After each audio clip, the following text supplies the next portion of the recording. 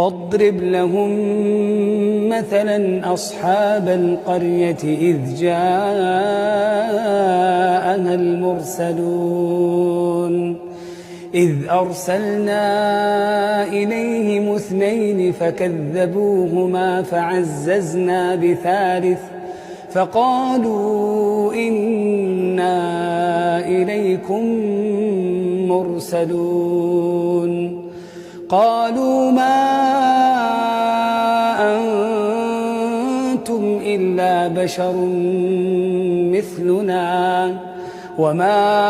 أنزل الرحمن من شيء إن أنتم إلا تكذبون قالوا ربنا يعلم إنا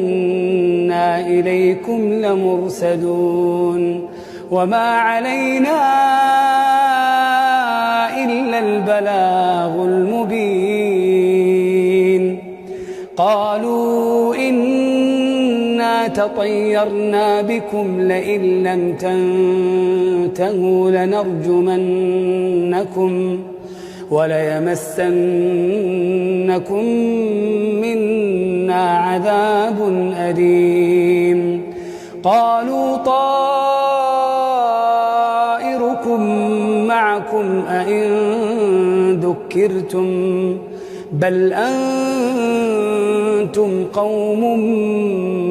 مسرفون وجاء من أقصى المدينة رجل يسعى قال يا قوم اتبعوا المرسلين اتبعوا من لا يسألكم أجرا وهم مهتدون وما لي لا أعبد الذي فطرني وإليه ترجعون أأتخذ من دونه آلهة إن يردني الرحمن بضر لا تغن عني شفاعتهم شيئا ولا ينقذون